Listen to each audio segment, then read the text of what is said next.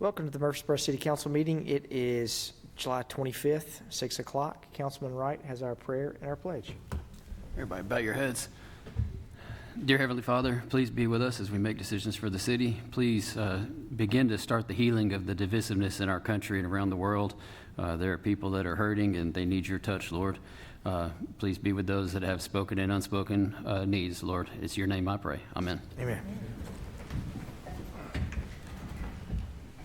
Pledge allegiance to the flag of the United States of America and to the republic for which it stands, one nation, under God, indivisible, with liberty and justice for all. All right. Melanie, Aaron, do we have anyone sign up for public comment? No, sir. All right. You have 5 items on your consent agenda. Is there anything that needs to be removed from the consent agenda? So moved. Second. Motion and second. Please call the roll. Ms. Averwater? Aye. Ms. Gales Harris? Aye. Mr. Maxwell? Aye. Mr. Wade? Aye. Mr. Wright? Aye. Mayor McFarland?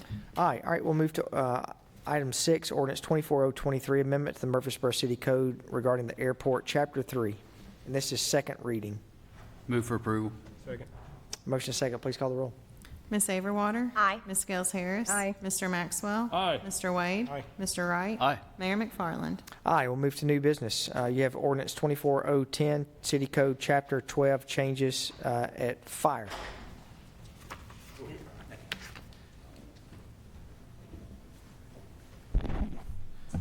Mayor, Council, Mr. Gore, on behalf of Chief McCluskey, we're requesting revisions to Chapter 12 of the City Code to clarify burning practices and to rename Community Risk Reduction Division 2 Fire Marshal's Office.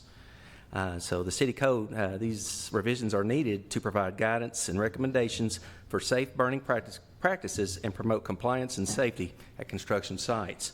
The Community Risk Reduction Division is changing its title to the Fire Marshal's Office to stay consistent with industry standards. Staff recommendation is that we approve this, Chapter 12, Ordinance 24010. I'm available for questions. Any questions for Second. motion and second? Ms. Averwater? Aye. Ms. Gales Harris? Aye. Mr. Maxwell? Aye. Mr. Wade? Aye. Mr. Wright? Aye. Mayor McFarland? Aye. Thank you, Mr. Lowe. All right, we'll move to fiscal year 25, item 8, fiscal year 25 budget amendment. This is first reading ordinance 24027. Mr. Gore. Mayor, Council, thank you for this opportunity. We've got a multi-personnel presentation for you this evening. This primarily deals with the adjustment to the fire department pay plan and adjusting them commensurate with get them back into a better market position compared to our peers.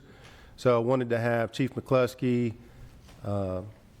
Randolph Wilkerson, myself, and Aaron talk with you. We've all worked pretty diligently. This was a pretty hot topic, me coming into the city manager position, and I think we've all worked well collaboratively and come up with what we can afford and a good solution. Go ahead, Chief.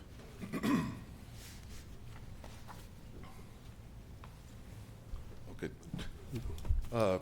Good evening, Mayor and Council. You know, back in May, I was asked to take on the task of looking at some competitive markets with our pay and some of our benefits. And Councilman Wright had asked a few things like that. In our last few executive directors meetings, we've been looking at some benefits that not only maybe change for the fire department, but also for all the city employees we have discussed. So we really won't be talking about that tonight. But I'd mentioned our retention problem that we're having within the fire department. And I broke down the numbers of what it was costing us over the last 5 years or so. I got a slide up here that tells you the opportunity cost lost. To break it down, we're losing these firefighters in their first 12 to 2 years, 24 months. And we're losing that salary and benefits of about $72,000 because within the first year, somebody coming into the department, excuse me, it's not much use to us as far as an employee is fighting fire and medical until they get their training. They have a 400-hour academy of training that they have to go through, all new recruits, which approximately runs about $30,000. The equipment cost $7,500. Then the EMR training, which is about 800 or 1,800 per a new recruit. And as you can see, the instructor cost for that's about 5,000. EMT class training, 1,800. With the instructors teach that class, about 6,700. So the total of that was about 125,500 within the first 18 months. And as you see, in the last 5 years, we've lost approximately about 121 new recruits. That was obviously the retention in the fire department was the big driver here. Putting that much investment into employees only to have them move to our peer communities in equivalent positions is just not a sustainable path forward. So that was really the impetus to look at this pay plan adjustment. Chief, just to point out, that 72,000, that's not an annual salary, that's a year and a half of salary. Actually, that's a year's salary with the benefits. With benefits. So it would be a little bit more than that if it takes over a year, which it normally does to get them up to par. That's my fault. I should have Aaron told me to put benefits on there and I didn't do it. Okay. Mr. Wilkerson. Thank you, Chief. Good evening, Mayor and council members. Thank you for this opportunity. So in addition to not only looking at the wages of our public safety employees, particularly the fire and police, we said, what else can we do to incentivize and also to educate our employees on why it's a good place to work? So what we've been thinking, and we looked at some other municipalities in our areas, and you'll see on the screen here, you see 5 different things that we're looking to pursue going forward. One is to maybe provide vacation and sick days up front. Today, a person will accrue days over a monthly period, and at the end of the year, they'll have about 10 days of vacation and 12 sick days. But we found that employees are much more in need of some days on the front end. So we thought this would be an attractive method to allow people to come in. Then secondly, we looked at increasing the vacation accrual rate. In other words, we're talking about accelerating the amount of time or the number of days, that is, that employees can accrue vacation, because what we found in some of our other areas, peers, cities, that they have many more days that they accrue within 15 years compared to us, which take 20 years to get 20 days, and other locations gets about 20 plus. And we're going to talk more about this in a retreat. And then we've also often heard about situations where employees complain about not being able to get in the pension plan. So we've been thinking about how can we more educate our employees. So what we're going to be doing is doing a comparison between our defined benefit plan and our defined contribution plan to explain the difference and the benefits of each. There are some advantages and disadvantages between the two. And then the last 2 areas we're looking at is maybe do some education incentive to provide bonus to individuals who come aboard who may have a degree, or maybe do some tuition reimbursement. And last but not least, oftentimes employees come working for us, they need specialized training. We thought maybe we could do some incentive there, provide some training, pay for the training outside of the city, so that these individuals may be incentivized to say, well, if they are willing to educate and train me, then maybe it's a better place I want to stay working. So with that, any questions for me?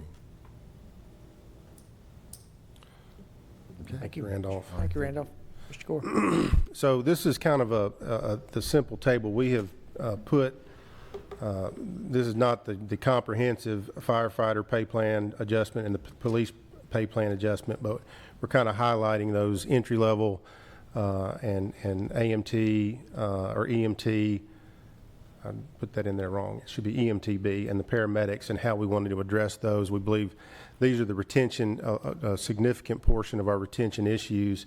We also did look at, while we were looking at the firefighter pay and the peers, we did go out and look at the police pay again, and we're recommending a minor adjustment there. But you can see the entry firefighter, we're talking about an existing entry level firefighter coming in at $48,678.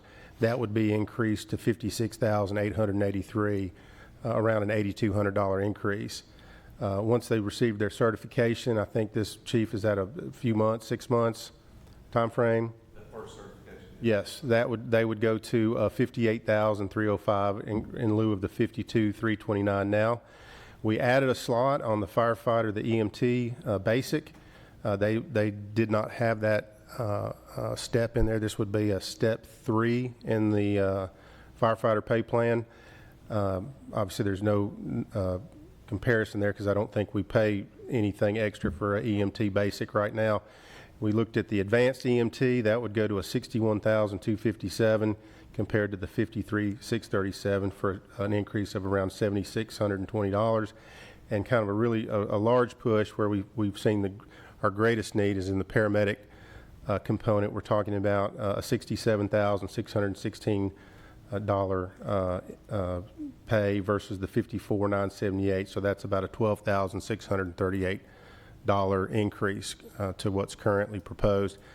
Again, we've given chief, and we're going to distribute the pay plan that shows there's increases across all of the different positions that kind of are compatible to some degree to what we've done here for the entry level, because that pay plan is so interlinked, and there's the steps and then the difference between the jobs itself. So you kind of have to carry all that through the pay plan, and that'll be published when the chief, I think we can publish it as soon as possible. Again, on the police side, we're looking at police officer and sergeant.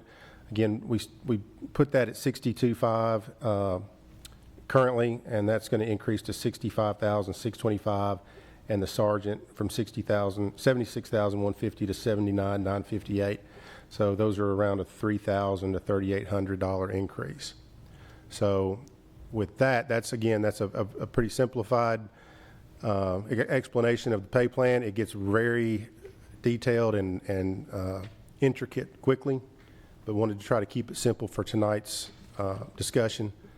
And with that, I'll let Aaron discuss the ramifications to the budget. So the overall cost is around $4.1 million as calculated with the raises Mr. Gore proposed. We're going to balance that by raising our sales tax budget by about $1.2 million between the local and state sales tax. This is based on better than projected FY24 results, and rather than budgeting a 1.5% growth on sales tax, I think we can still be conservative, but raise that up to a 2% growth over FY24's results. Business license tax can increase also based on FY24 results. We can increase that for this year by about $600,000. And then I also took a look at our overall salary savings citywide, and I think it's appropriate to implement an allowance for more benefit savings citywide where we may over budget for our benefits. And so that will give us a budget savings of around $2 to $2.1 million by increasing those allowances. So we'll increase revenues, reduce other expenses to get us that net savings of the $4.1 million that we'll be seeing with these payroll adjustments. I do want to point out that because there will be more movement within the pay plan this year, we may need to come back and look at another budget amendment later in the year once we get to see how those results are with the additional certifications and steps on that as well. I think that concludes where we've been. Again, I can't speak enough to staff's diligence and hard work in the 3-week time period from the official passage of the budget to get this amendment together. For the chief's hard work at looking at the peer communities, to Aaron's work finding some $4.1 million in the budget to keep it balanced. Randolph's hard work. This was a real team effort, and proud of staff. Yeah, I'm excited about it. Thank you to the chiefs for your patience and collaboration with Darren in his first few weeks as city manager, and also for Aaron always helping us with the money part of things. So I I'm really happy about it. I will make a motion to approve. Second. I do want to point out there are a few other items in the budget amendment that are outside of the pay adjustments, but Mr. Maxwell, did you have something that? I just, So we have a motion a second. Let's have some discussion. Okay. Since, so just to add to the discussion, it's a 4.1 million, and it's a start. I agree, it's a start, it's a step in the right direction, and I appreciate the staff's work on it. I always love reading your PowerPoints there, and I mean, they're full of all sorts of details, but at the end of the day, we're still gonna be 7 to 10% below Metro. And I think we owe it to ourselves to say, do we wanna keep that gap continually? At some point in time, that gap's gonna grow again, and then we're gonna be back here. And I think we have to almost ask ourselves, do we want to be only 3 to 5% within Metro? And shrink that gap, because then the person has to think, do I wanna stay at the best fire department in the state and run the risk of going up to Nashville for maybe a little bit more, but it doesn't have the culture, it doesn't have the benefits, it doesn't have the leadership. So I think we owe it to ourselves to ask ourselves, how can we get to that 3 to 5%? We're never gonna match Metro, I get that, but we owe that for our police and our fire to get within 3 to 5% and stay there each and every year. It means we got to benchmark every year, we benchmark every year. But I'm glad we're doing this. I don't want to call it a Band-Aid, it's a start. But at some point in time, we got to say, how can we get to 3 to 5%? Because to that point, losing 121 firefighters, and that's a $15 million cost, you know, that's $3 million a year. And we're given 2.7 here. So we're going to address that hopefully. But what have we got to do to where we don't have those opportunity costs any longer? So I fully support it, but I want to see us do more, is what I'm saying.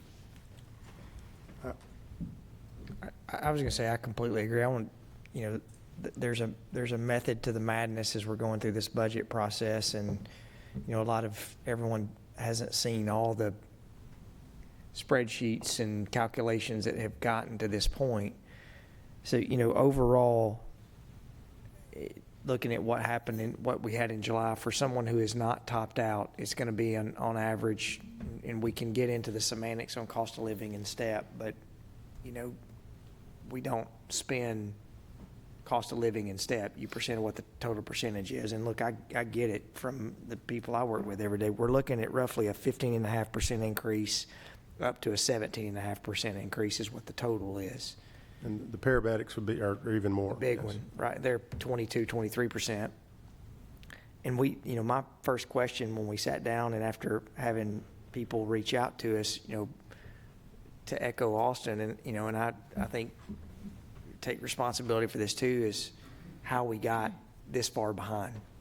And, you know, but I think the thing that we have to, as a council, understand, and this is to the residents who, the three of y'all who are watching this,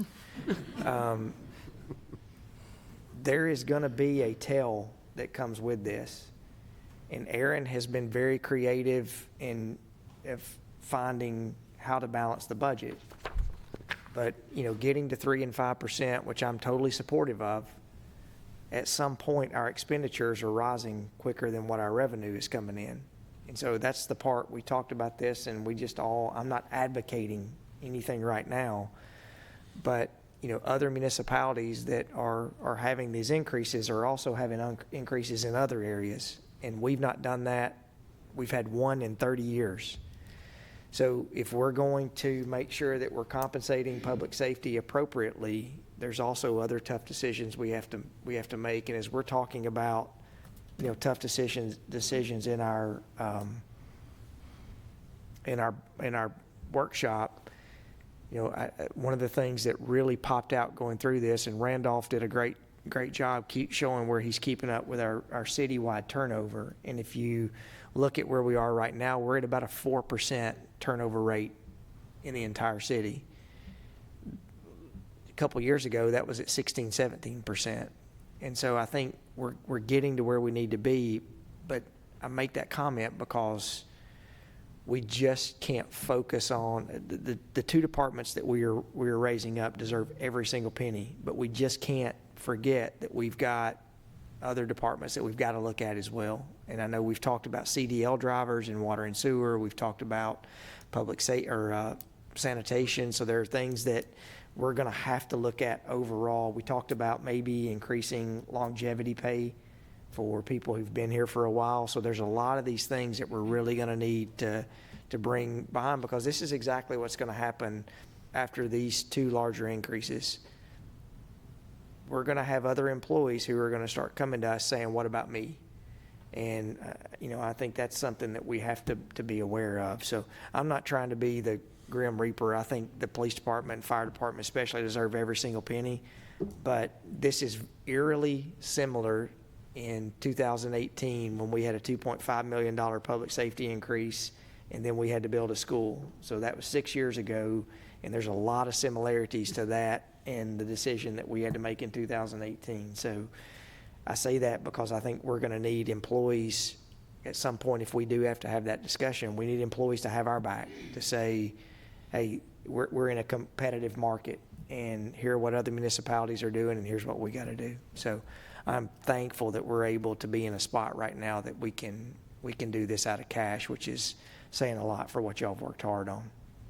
And we will, talking about other municipalities, it's easy for us to have this hindsight right now when we're talking about it on July 25th, when everybody passed their budgets on July 1st. But what you're guaranteed you're going to see is other municipalities are going to say, hey, did you see where Murfreesboro, where they waited 3 or 4 weeks till after the budgets are passed, and they're all going to be like, let's wait till the budgets are passed, so that way we don't have to show every other municipality what's happening. So then it may be pushed out to mid-year. So, we're in an arms race right now that we're just going to have to be nimble on making these decisions. Yeah, and I don't, like you said, I don't really know how we got behind, but we are behind. Amen. And behind. And we just have to catch up. And one thing I don't want to see us do, but it's a great possibility, is that we're going to have to increase taxes. That's everybody's kind of looking at me cross-eyed. But you all know, it's coming. It's coming. And we just can't put Band-Aids on things. And hopefully to keep from doing that, I would like to see us, and I'm going to do this, is look at what we're spending money on. Are we wasting money on some things that we don't need? And I'm not saying we have been, but I'm saying we need to be real cautious of that moving forward, because we need to, and where my heart, I love y'all. And in moving forward, we have to look at everybody, from the desk worker on up. But let's just watch our spending. Maybe we can bring a little bit more money in. And we're not careless, but, sometimes we have situations where we can pass on, I feel like. All right, we have a motion, a second. Any other Would you like me to discussion? explain the other items on the budget amendment? Well, sure. I don't have to. Yeah. But Does anybody have any questions on the other items that are on there? We've got we have the shooting range, the fiber project that Mr. Kerr presented last week, and then some carry forward items from fire, and then also increasing airport's budget for potential property purchase. It all looks good to me. And let's be clear, there is no tax increase. We didn't have a tax increase this year. We're not talking about a tax increase. But, there's an election coming up in November, and we're at, I think our last number as we were going through this, we're at a 54% split between sales tax and property tax. Is that right? It's low 50s to high 40s. Right. They're neck and neck. Sales tax is our highest revenue source, though. Yeah. So we're very reliant on sales tax. Very reliant. If people quit buying stuff.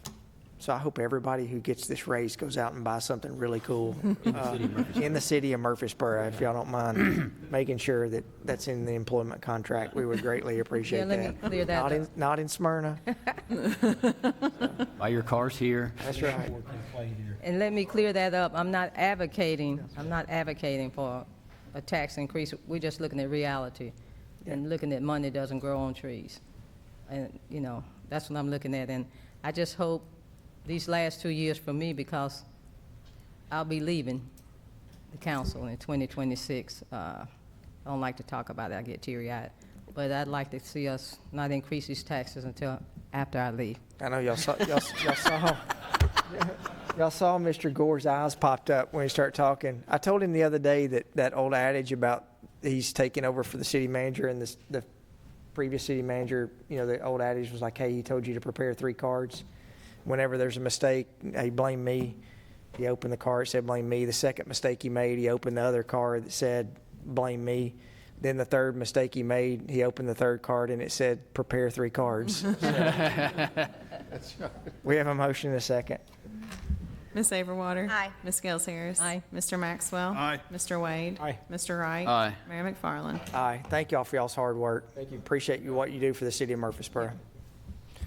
All right, Mr. Huddleston, we have the acquisition of easements for 106 Southeast Broad Street for Town Creek. Yes, thank you, Mayor McFarland. I'm standing in for Gabriel Moore. Greg McKnight approved his vacation and hung me out to dry. No, kidding about that. Not really. Gabe's been doing hard work on this, and I agreed to fill in for him while he was out of town to move these items forward. So we do have the acquisition of easements for Town Creek. This is on the McDonald's property. We've been working very well with McDonald's. It's a corporately owned store, and so we're working with the corporate folks in Indianapolis, and just takes a while to work through things there. So we're asking tonight to authorize our legal department to file condemnation proceedings on this in the amount of the appraisal of $65,500. And with that, we would ask to also be able to negotiate a settlement up to the federal property acquisition limits that would allow us to, this is a friendly condemnation of sorts. They have not resisted us, but just in the name of moving this forward timely, we'd like permission to move forward with the condemnation. And then that'll give us the opportunity on the backside to clean up some of the deal with McDonald's. I've put their site plan up. We're actually shifting their easement, adding some parking. We've responded to all their comments on our site plan, and so we're in good position with them. We just need to move this one forward for the property acquisition. Funding for this is general fund, and it was the general fund allocations for property acquisition for Town Creek. I'd be glad to answer any questions on this. Where's the McDonald's at? Looking at this, I'm trying to figure it out, just looking at this. Yeah, so that's the McDonald's. Okay. And what's highlighted there is our work. The McDonald's will be working behind and beside them. They have an access drive here that crosses the main part of our work to Town Creek, and so what we've asked them to do is to relocate that drive to the south and recreate an entrance there, and it'll clean up a couple things for their entrance, but it'll also be able to preserve some of our pavement for parking for the Town Creek Phase 1 elements. Sam, am I wrong to say that this is the old Kentucky Fried Chicken lot? That's what I was going to ask. This is the old Kentucky Fried Chicken, and the FINA was up at the corner. There's a service station at the corner, and we were able to acquire those properties. I'm going to date myself. That was the Velvet Elvis lot, right? Yes. Or one of the Velvet Elvis lots where the guy used to sit and sell the That's right. pictures of Velvet I've Elvis. still got one. He was Elvis Jr. on Thank you. it. Thank you very much. Thank you His very much. license plate said Elvis Jr. on it, didn't it? All right, any questions for Sam? Second. Motion second, please call the roll. Ms. Averwater. Aye. Ms. Gales Harris. Aye. Mr. Maxwell. Aye. Mr. Wade. Mr. Wright. Aye. Mayor McFarland. All right, we'll move to item 10, Town Creek Task Order 14. So second item we have for you tonight is actually the final detailed design and bid document preparation for Town Creek. I do have with me tonight Mr. Ryan Maloney. Ryan's going to come give us a quick update on Town Creek, where it's at, and the schedule. And I'll push this exhibit up to give him something to talk from. And Ryan, if you want to come up and just give us a quick update on that, and then I'll come back and present the item. Good evening, Mayor and Council.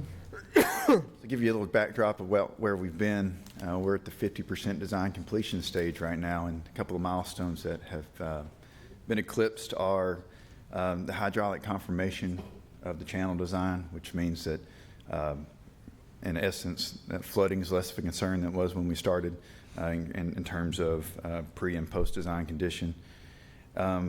The permitting is ongoing, so we have permits into TDEC and the Corps. That's going favorably. They generally look at these kind of projects in a favorable light, taking an encapsulated stream and bringing it to light or daylighting it. So that's going well at the moment. And we've continued coordination with the other design teams for the projects that are being executed in the area. That includes the pedestrian bridge design team, then Keystone, their design team as well. Looking forward, you know, what's in front of you tonight is the 50% to 100% construction document phase, in addition to bidding phase services support. We anticipate having a bid-ready set of plans into September, with bid target in early October, with bids being received in November, and those bids being brought back before the council with the recommendation for award for council to consider. So with that, I'd just ask if you guys have any specific questions I might address, and thank you for considering this. Any questions for Mr. Maloney?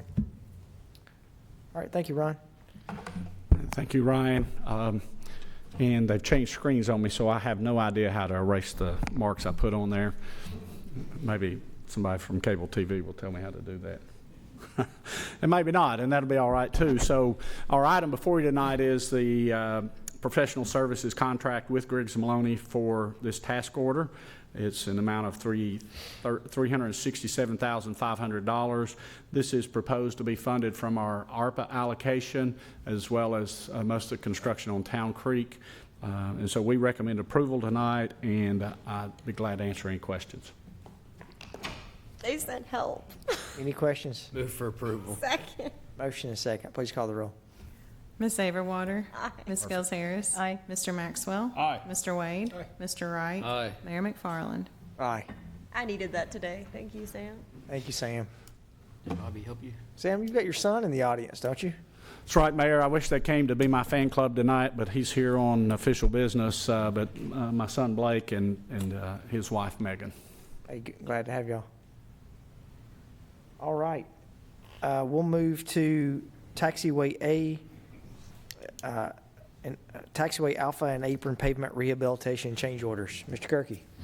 Yes, Mayor and members of the City Council, I have a couple of change orders here for the Barge Design Solutions contract and the Cleary Construction contract for a total of $94,200.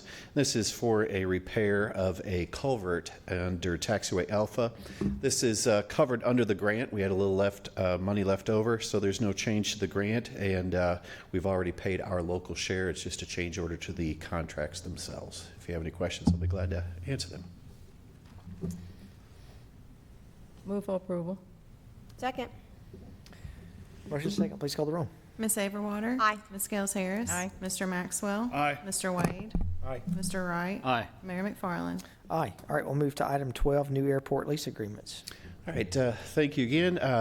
We have three documents kind of here balled into one, and they're the new leases for the hangars for individual aircraft, aircraft tie-downs, and storage areas at the airport.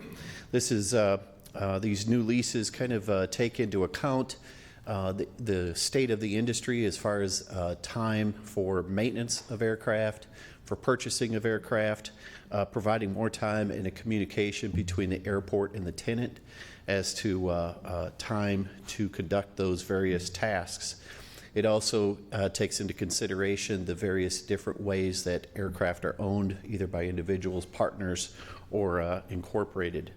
On the other side of the coin, it provides an opportunity for the customer and the airport to communicate. We have a responsibility to make sure that we have very active aircraft at our airport. We have a waiting list of some 40 people that have paid to be on that list, so we want to keep all of our tenants very active and participating in there, so it requires insurance and reports of their annual maintenance to their aircraft. So with that, we have also incorporated a program to help us manage our leases that will interact with our customers, reminding them of these various things that they have to provide each year. And it also provides them an ability to communicate with us to have any maintenance done to their hangar, or if they see something out in the field, they can contact the staff through this porthole through AeroSimple, it's called. So if you have any questions, I'll be glad to answer them at this time. Second. Motion second, please call the roll. Ms. Averwater? Aye. Ms. Gels Harris? Aye. Mr. Maxwell? Aye. Mr. Wade? Mr. Wright? Aye. Mayor McFarland? Aye. Thank you. Thank you, Chad. We have acceptance of a grant award. Chief. Good evening again. Excuse me. Merciful Fire has been awarded a $357,600 federal grant through the AFG grant, which is Assistant to Firefighter Grants. The award will allow the department to develop a health and wellness program that will include nutrition education, fitness training, injury prevention, and peer support counseling. Funding will also allow purchasing of all new awake equipment for all 11 stations that we have right now. The physical impact on this is the city will recognize the grant revenues of $357,600 and the grant expenditures is $393,400. And staff recommends approval of the grant award. So moved. Second. Motion second, please call the roll. Ms. Averwater? Aye. Ms. Gels Harris? Aye. Mr. Maxwell? Aye. Mr. Wade? Aye. Mr. Wright? Aye. Mayor McFarland? Aye. Any I board? wanted to say one Yes, thing sir. about this grant here. This is kind of a unique situation. We're the first department in the whole state of Tennessee to ever get this. We have met the standards to be able to qualify for this grant through our NFPA standards as far as the physicals we have each year, our health screening, our cancer screening, and we've met this. And this is a way that we might be able to save some money here. The only city we can compare it to right now is in Denver, Colorado, and their workman's comp claims have went down, and also just days of missing work. So this is real exciting for us to get, and our team did a real hard job in putting this together, had a real hard time and we able to getting this awarded to us. Great I job. wanted to thank them. Thanks, Chief. Great work. Chief. All right, I don't think we have any board and commission appointments. Any licensing? We have one beer permit application for a new location. This is for a grocery market located at 5631 Franklin Road. They have met all of our requirements, and we recommend approval pending final building and code inspections. Move for approval. Second.